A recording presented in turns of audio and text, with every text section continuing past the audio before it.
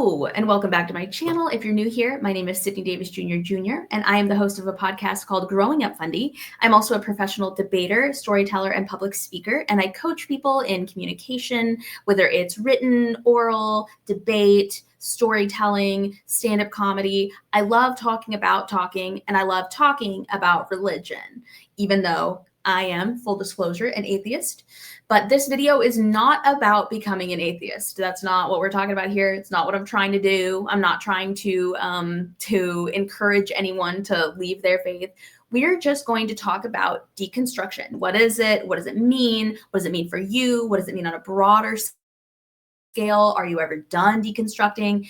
Anything that I can think of regarding the deconstruction process. And if you think of any questions or comments, please put them in the comments below, because that will help me make a part 2 if I need to. If I feel like I ended this video without saying everything I meant to say or answering everything I meant to answer, please feel free to let me know your thoughts and opinions in the comments. Unless they're mean, then don't, please. Thank you. Sorry if you can hear my birds. It's just life with parrots. There's nothing I can do about it. So what is deconstruction? What does that even mean? What? Bro, what are you talking about, man? One of the common misconceptions about deconstruction is that it means you're becoming an atheist or agnostic and that you are leaving your faith. And that is simply not the case. So that was a f***ing lie. Now, as an atheist, did I deconstruct? Yes. And deconstruction brought me to atheism. However, deconstruction for each person means something totally different, and it can take you on entirely different journeys than other people you might know who have deconstructed. All deconstruction is the analyzation of the system of belief that you now follow, or that maybe you have followed up until now, and analyzing it from a perspective of whether or not you have decided you agree with everything or you disagree with everything that they say. But don't let me tell you, let's let the atheist dictionary, Merriam-Webster dictionary, tell you.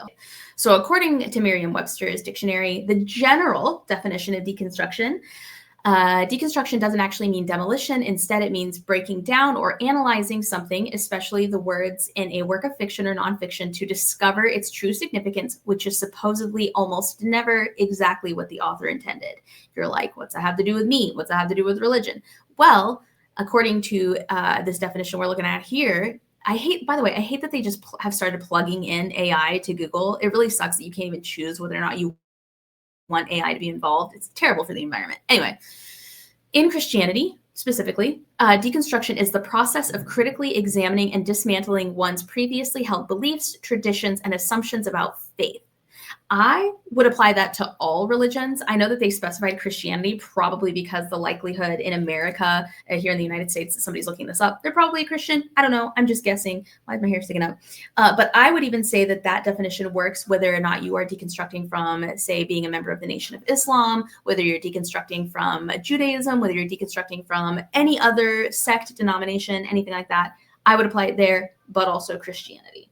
So there you go. But something that you'll notice in neither one of those definitions was it mentioned at all that you are leaving your faith, or that you're no longer a Christian, or that you're no longer religious. So that's really important.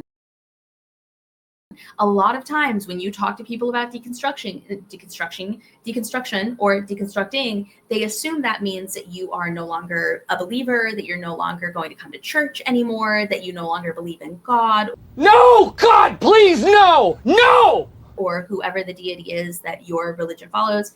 Not the case. What it means is you are taking a critical examination of what you've been told your whole life, or what you've been told to believe, or what your Bible or your religious text has told you is true, and you're deciding whether or not for yourself, and based on what you can and cannot believe, that it's true or not. So, for example, I believe it was Ginger Duggar who, in her memoir, talked about deconstructing from her faith, but she's still a Christian. And I would argue she's still an evangelical Christian. She is still a very, very Christian. But she was able to deconstruct from one form or type or belief system of Christianity into another belief system of Christianity. And that is still deconstruction. So sometimes you're leaving your faith. Sometimes you're changing faiths. Maybe you're adopting an entirely different religion. Maybe you've decided to study Judaism or study Islam, or study, Taoism or Hinduism or something else, or atheism. The absence of a religion can also be part of the deconstruction process. But Just wanted to throw that out there, because a lot of times when people start looking up deconstruction, it's because they're not sure if they're ready to deconstruct yet, and they want to know more about it before they start claiming to deconstruct. And it does not mean that you can't go to church anymore, and it doesn't mean that you can't, pray or things like that.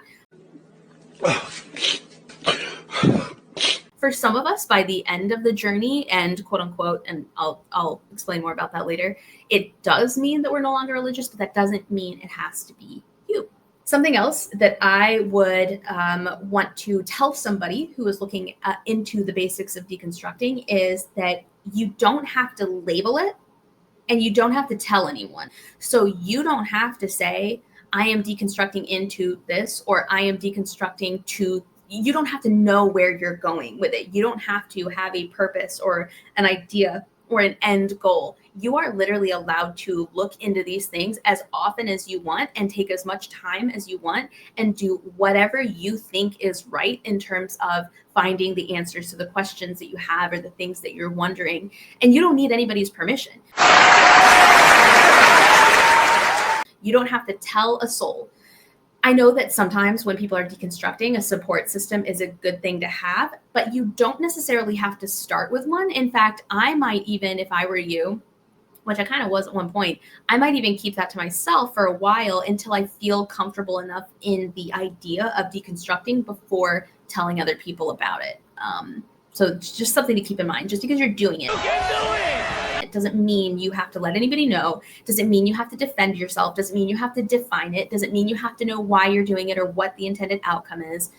That is nobody's business but yours, and you don't even have to make it part of your business. I would be very careful about where you decide to do your research or get information from, and I would make sure not to pick sources that are either going to benefit from you staying a Christian or benefit from you becoming an atheist, or whatever the direction is that you're headed. And let me explain. So if you decide you're like, okay, I feel like I'm deconstructing, I needed to do some deep diving into this, I would not go to your pastor. I wouldn't go to your pastor about it. Because obviously, one, there's the idea that they're going to have a biased opinion, right? Just like I wouldn't go to my pastor for therapy. Even when I was a Christian, I wouldn't go to my pastor for therapy. I wouldn't go to them for marriage counseling because they are a Christian pastor. They are not a mental health professional, nor am I. Oh my God! Wow! Your pastor is obviously going to approach things from an angle where they want to help you not be so confused, but maybe they also want you to stay a Christian, or they want to help you not go to hell. And so when somebody believes in hell already and they think you're going there, if you fully deconstruct, they're going to keep you from doing that. I would say subconsciously, but also consciously, like nobody's going to not notice that they think you're doomed to hell. But I would also maybe not get information from atheist forums, right? Because as much as I like to remain neutral, and I think it's important that people make their own decisions for themselves on their own time in their own way, not everybody's like that. Just like in religious organizations where they benefit from you staying and they want to keep you around and they want to make sure that you fit the status quo. Unfortunately, atheists and agnostics have a few like that in our community as well. There's channels and websites and Reddit subreddits that just talk nonstop shit about religious people and how dumb they are and how everybody should be an atheist. And unfortunately, that is really sad, I think, and it's detrimental to the cause. Come on now, dog. Come on, man. And you're like, okay, well, then where the hell am I supposed to go for this sort of thing? That's a great question. It depends on the questions that you're asking. So, for example, you say, well, I'm deconstructing from my religion or from my system of belief, and I'm a little bit confused. Where did the earth come from? If not God, where did the earth begin? I would, if I were you, look into scientific journals. We're talking about peer-reviewed websites that were engineered by professionals in their field, right? We're talking Neil deGrasse Tyson, Bill Nye the Science Guy, people who, I swear to God, he's a real scientist. What? What the? Stephen Hawking, people who are known to be correct and known to be professionals in their field and known to be studied. You can look up people who maybe are professors in certain subjects. You can maybe look up highly reviewed works of literature on Amazon and places like that, where there are thousands of reviews you can lean into and you can see what people are saying in the comments. But this is also a great opportunity to learn to do your own research, right? Like, I can give you a bunch of different places to go for these resources, but at the end of the day, I think it's really, really important that everybody learn at some point to do their own critical thinking and their own research, and to decide for themselves what they trust and what they don't trust, and why they trust those things and why they don't. And the reason why I think that's important is because those are the exact same questions you are probably asking yourself about the Bible or about the Quran or about the Torah, about scripture in general. So if you can look at the Bible and you can say, Oh, hi, Mark. how do I know what to believe out of this and what not to believe? I think it's important to practice those skills as well when doing your own research, where it's like, how do I believe this scientific information or these studies that I'm reading? And a lot of times you'll go down a rabbit hole. You'll be like, is this website legit? Let's find out. And then the next thing you know, you're reading articles about articles about articles. But that's part of the journey of deconstruction, is finding whether or not everywhere you look agrees with you or questions the same thing you do, or whether or not you can find perspectives from people like myself who've been there, who've been through it, and who can tell you what was helpful and what was harmful. But I definitely would start by deciding that you maybe shouldn't talk to people who are actively going to benefit in some way from you staying religious. I would be very, very careful and very, very selective on who you speak to about your deconstruction process, especially in the very beginning, because there is that misconception that a deconstructing person is becoming an atheist or becoming a heathen or leaving the church or never going to go to church again. And that's not the case. So that was a lie. But many people, even the people who care the most about you and want the best for you, are going to try and do what it takes to keep you safe. I got you, homie. For example, in the Christian faith, keeping you safe means not letting you go to hell, not letting you become victimized by the devil and the devil, worming his way into your brain and changing your mind. Nice. Even if the benefit is making it to heaven. And so if you want to really have a valuable experience, I recommend not really telling people in the very beginning. It goes back to that whole, you don't want to be labeled already. You don't want to have made a decision already. And when you start to tell people, especially people who are believers as well, they're going to start asking you a bunch of questions that you may not be ready for. Why are you doing this? Why do you need to do this? What is there that's so important that you need to look this up? What is it that happened that suddenly has you questioning things, blah, blah, blah. And that can be a lot. And that can be enough to shut you down immediately and for you to decide you don't want to deconstruct anymore. And that's not healthy. Stop it. Get some help. Even if deconstruction takes you right back to your original belief system, at least you know then that it's by choice as opposed to by pressure. And you don't want to get pressured into either staying the way you are or becoming an atheist. You also don't want to talk to your atheist friends if you have them, or your anti-God or anti-church friends if you have them, because they will very heavily lean into the idea that you're leaving the church and they won't let that go.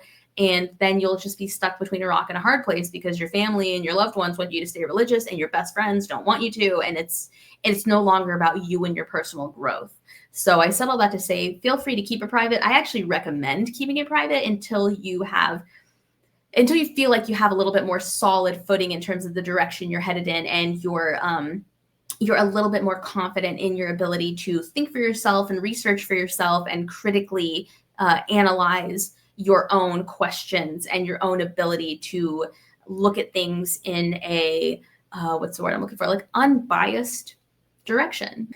Deconstruction needs to be done at your own pace, at your own speed, and you shouldn't allow anybody to feel like they can rush you through it. So, for example, my first deconstruction journey began when I was living with somebody who was openly atheist. And while you would think that somebody who's openly and celebrated being an atheist would help me transition into atheism, it actually did the opposite. They were so intensely atheist and they were so intensely anti-religion that it actually scared me back into my shell a lot faster than if I would have just stayed the course on my own. This person constantly wanted to debate, constantly wanted to question me, constantly wanting to talk about it, constantly wanting to like highlight the for lack of a better term, like disconnects in my faith and in my Bible. And it didn't also help that this person wasn't originally a Christian. They were a different religion. It was actually quite scary because they had me convinced that in order to truly be an atheist, I had to think that Christians were stupid. I had to think that religious people were dumb. I had to talk down to them. I had to be angry. I had to be ready to debate. And it was exhausting. Stop it. Get some help. So I literally just turtled right back into my religious shell for at least 2 more years. And so that's part of the reason why I say to keep it to yourself, because for a while, because there are people out there who, in their attempt to try and get you to join their side, whether it's religious or non-religious, they'll do a lot more harm than good. And that's an example of somebody who, in the name of atheism, actually harmed the recruitment of an atheist. And it took me many years after that to decide that I was actually an atheist, and it had nothing to do with that person's influence. If anything, they made it a lot more difficult to say that I was an atheist. My disappointment is immeasurable. Don't feel like you owe anybody any answers. You don't. Just because you're deconstructing, even if people find out, or if maybe you do stop going to church, maybe you do have a lot of questions, maybe you don't want to get involved in the same things you used to be involved in, whether it's like Bible study or something like that. You don't owe anybody any answers to any questions, no matter how often they ask, no matter what kind of pressure they put you under to answer them, whether it's a loved one, like a relative or a friend. You can just tell them, I'm on a journey. I'm on a journey. Well, what's the point of that? I'm on a journey. Well, what is it that you don't understand? I'm on a personal journey. Well, what is so confusing that you have to turn away? Nope. No, I'm happy to talk to you about everything but this, but I'm not talking to you about this. I'm here to tell you right now, we don't care. Because that'll also show you who in your life respects your boundaries and who doesn't. And unfortunately, deconstructing reveals a lot in terms of who does and does not honor boundaries and respect boundaries on both sides of the coin. But especially from those who love us or who are close to us. Do you ever finish deconstructing? That's another question that I hear a lot from people who are interested in exploring beginning to deconstruct. I would say no. No! No! I would say that there is a point where you become very comfortable in who you are, and you become very comfortable in terms of how you choose to identify. But I don't think you're ever done, because being finished deconstructing is like being finished learning. I'm never done learning. I am turning 34 this year, and I still learn something new every single day, both from an academic standpoint, like just in general knowledge, but also things about myself. For example, I recently learned that I love Italian Greyhounds. I have one in my lap. I would show you, but he's sleeping, and like a human baby, I love him, but I cannot wake him up. I don't want to wake him up. I want him to stay asleep for a while. He's had the zoomies all day long, and we are both tired. That's why I look like shit. But anyway, so just like you might discover that you are no longer a Christian and you don't identify as a follower of Christ anymore, that doesn't necessarily mean that that's who you are and you're done learning anything. You might learn more about yourself through this process for the rest of your life than you ever thought possible. So while I am very comfortable in saying that I'm an atheist, saying that I don't believe God exists, being a part of atheist communities, being very openly internet atheist, I am not done learning, and I'm not done deconstructing. And I learn all the time things that I didn't know. And I'm confronted with questions that I've never asked myself before on nearly a daily basis. And I am usually actually quite intrigued to figure out what my answer to that question would be. And it's kind of like, it's like getting to know a person better and better, except that person's you. And I think it's kind of cool. So while I don't think deconstruction ever ends, I don't believe you're confused for your whole life. What? Bro, what are you talking about, man? So I hope that helps. I know lots and lots of people who have fully deconstructed that I would say are still not done. And I don't think they would say they're done either, including large creators in this community. I don't think they would say they were done, but I should ask them. I should ask some people on here. Is deconstruction easy? No. Are you allowed to be sad while deconstructing? Yes. It is also a common misconception that people deconstruct so that they can enjoy sins. You know, they can party, they can get involved in sins of the flesh, they can blah, blah, blah, have premarital sex, whatever. Rob, steal, pillage, plunder. Not the case. In fact, the majority of the people that I've spoken to who are now identify as atheists or as agnostic, we all talk about a period of very painful sorrow that we went through first before we decided that we were truly deconstructing from our faith. There is something really sad about realizing that you don't believe anything that you were told was true your whole life. You realize that there are too many holes in the things that you were told were the way to live and the correct ways to be and to act and to believe. And there is absolutely, for many people, a mourning process before they can truly begin to dive deep into deconstruction. There's also an angry process. Holy Jesus. What is that? What the f*** is that? You know, the angry atheist trope is real. You first, you're sad. You're like, oh my God, I can't believe that that I'm discovering so many holes in this narrative that I was told was the correct one, that everyone I ever loved and trusted told me was the right way to go. And now there's so many plot holes here that I can't ignore. You're sad, you're upset, you feel dejected, you feel scared, you feel like you can't unsee or unlearn anything you've seen or you've learned. You can't unask questions that you now have. And then some people become really mad. It's the stages of grief, right? Some people think everyone's been lying to me. Everyone who I trusted and I literally gave my life to and my salvation to and my hopes and dreams to, they've been lying to me. They've been making fun of me. They know they're full of shit. It's payback time. They've been spewing these lies and telling me things that they know aren't true. And I don't think that's true. Even though your brain wants to tell you to be mad and you are very, very valid to be mad, I think now that I'm as far as I am, I'm so many years into my deconstruction process, I've come to the perspective that the people who told me what they told me about Christianity and about faith truly thought they were doing the right thing, and they truly thought that they were helping me, and they really thought and still think today that they were, that they were saving me. So that was a f***ing lie. They were also misinformed. They were also told about things like hell and the rapture and God and sin. And so, of course, out of the fear of me going to hell, somebody they love very much, they want me to stay religious and they want to teach me what they've been told is the right thing.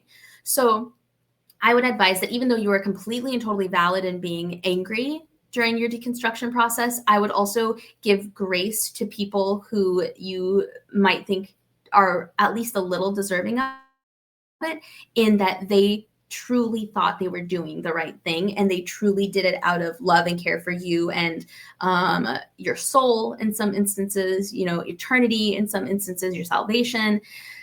But does that mean that I also believe that everybody is everybody involved in church and faith and preaching is honest? No, I think there's a lot of grifters that have discovered that faith and Christianity is a great business model.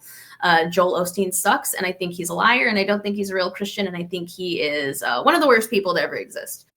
Damn! Because he has taken advantage of the fact that he has turned church and Christianity into a business. So I'll say that, and I'll say it again. A lot of megachurch pastors, I think, are scammers. But I think people are getting scammed by them, and those are the people who are turning around and telling you the message. You know, they're on Christian TikTok, they're on Christian YouTube, they're out here, you know, writing books for how to be better Christians and teenage devotionals. And I think those people truly are telling the truth, and they believe what they're saying, and they believe that if they don't essentially convert you, that you are going to go to hell. So while there is definitely that angry phase, I would say, once you're through it, once you're on the other side of it, try to look at that from the perspective of not everyone was out to get you. Not everyone was trying to lie to you. Not everybody was pulling the wool over your eyes. But That does not mean that you owe them answers. That does not mean that you need to stay in touch. That does not mean that you need to continue to pretend to make them happy. You don't owe them anything. You don't owe anybody politeness. You don't owe anybody their feelings. You can't control people's feelings, and you should not be expected to. So if you don't want to go to church anymore, if you want to step back from going to church, it does not matter what your family thinks. It does not matter what your grandma thinks. It does not matter what your pastor thinks. It does not matter what your girlfriend thinks, your boyfriend. Take yourself and your feelings into consideration only. You're allowed to be selfish every now and then. Why does anybody else get a say in your belief system? And is it truly belief if you're doing it to make somebody else feel better? No. I don't think so. What you believe is what you believe. What you act on is where you start to put other people's feelings into consideration. You don't need to. Nothing will hinder your deconstruction process worse than worrying what other people think or worrying who's upset about it. Let them be upset. And you're like, what if it's my spouse? Sickness and health, baby, till death do you part, right? It's one thing to not go about this process in people's face, right? Like the relationship I was in at the time, he was in my face. He was constantly highlighting issues and problems and bad arguments and like making fun of clips he was watching online. He was in my face about it. And that's a lot different than not worrying about other people's feelings, right? What I'm talking about is, you're not going to church anymore. What's grandma going to say? You're not going to church anymore. How can you do that to your mom? You're not doing anything to your mom. You're not. She's going to be fine. It's like, oh, but like, how could you do this to the family? You're not doing anything to the family.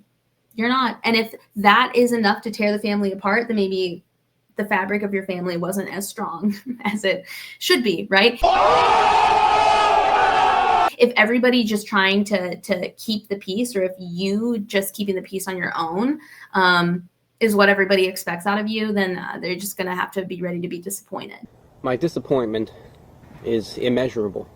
What you don't want to do is you don't want to be in people's face. You don't want to be in their space about it. It's not a good idea every time you come into the living room to espouse the most recent religious debate that you heard, or to share clips with people who don't want to see them. Don't be that guy. Boring. That's just as obnoxious as the other way around, like the people who stand outside with the rapture signs and things like that. Oh, by the way, it is September 25th, so I have officially survived the rapture. It's midnight, so it's the 25th. It was supposed to be the 23rd or the 24th. At 12, nobody could decide if that was 12 noon or midnight, and we're here. So if you're watching this, nice to see you. You didn't make it to heaven, sorry.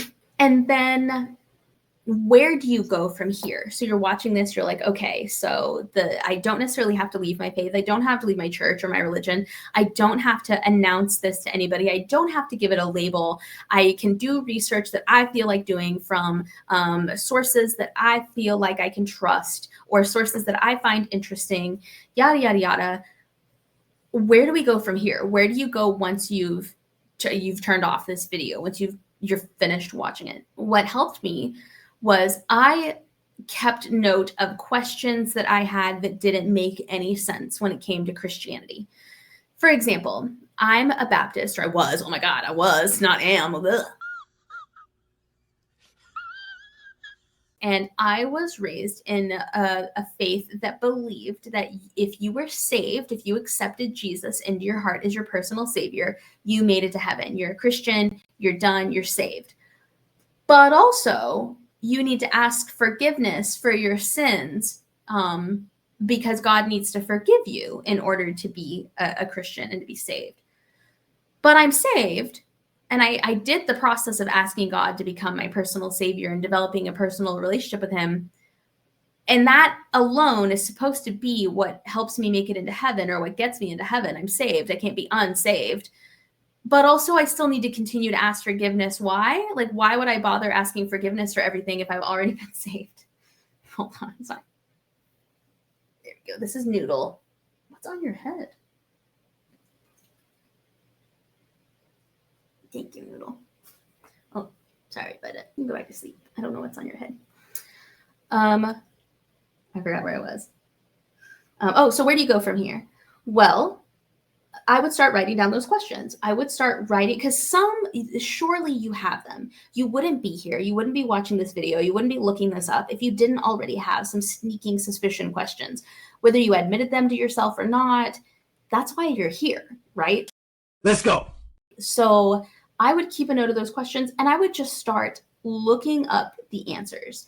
I would maybe cross-reference so maybe you decide, you're like, okay, what do Christian websites say about this? Can they even agree with the topic at hand? Where do they disagree? Where are their explanations that don't make any sense? What questions do I develop from their answers to my questions? Then I would go from there. I would just start maybe writing down every question you can think of. Whether or not you're going to look up the answer tonight is up to you.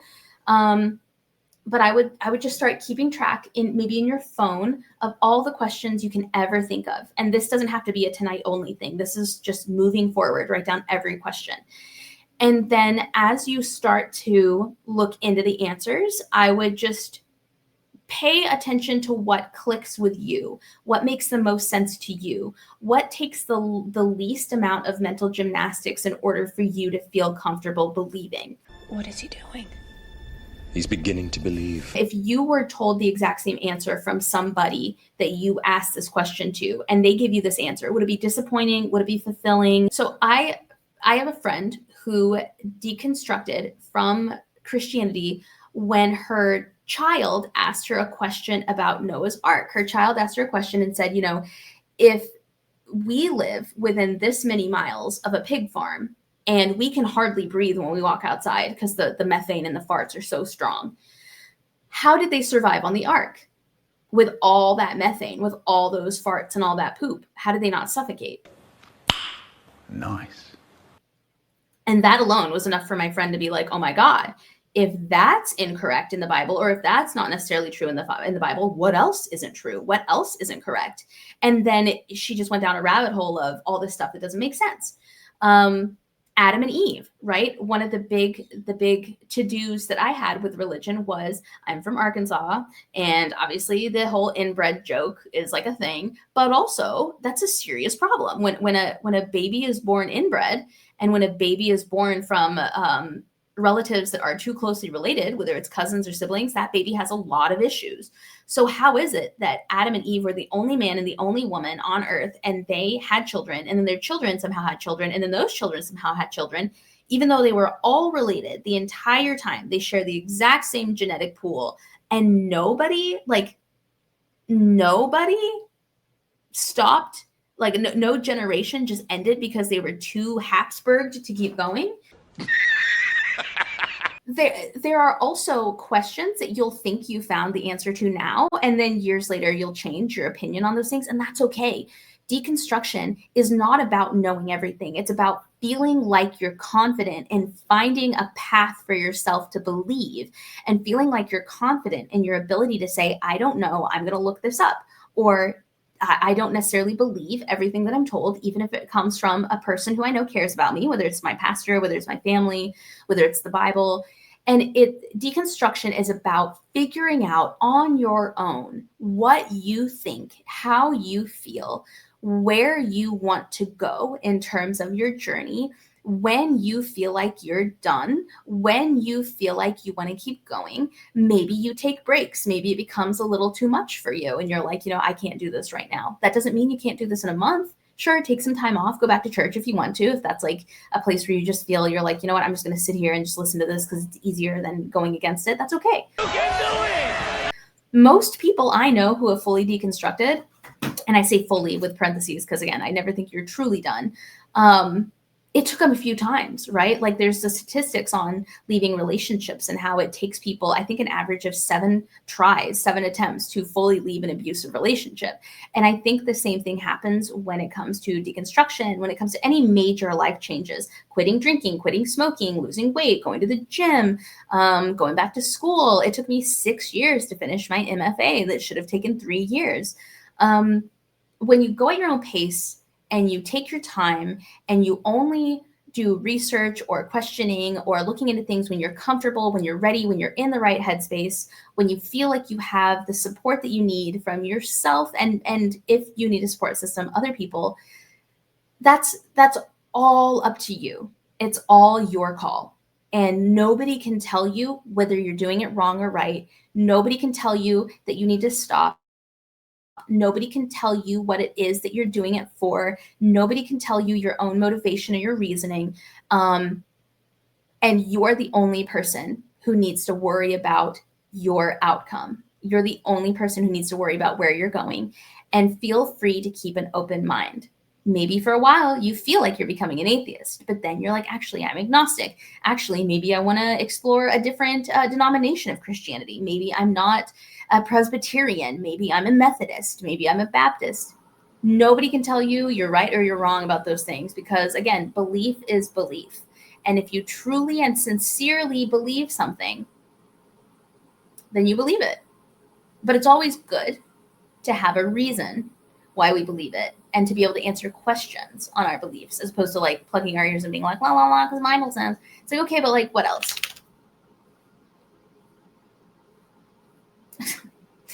So yeah, anyway, that's my take on Deconstruction 101. And feel free to comment below if you have questions or comments or ideas or things you want to hear. About. If you want me to make a part 2, if you want me to dive deeper into anything I've said, I welcome any comments or questions that you have. If you're curious about Noodle, I'll answer questions about Noodle too. But that won't be part of a deconstruction video. That'll just be for my own benefit. But yeah, if you're new to my channel, please feel so inclined to like and subscribe. I'd love to have you. We're almost at 3,000 and I'm super excited about it, subscribers. And if you're not new here, thanks for coming back for another video and I'd love to hear your thoughts. Okay, bye.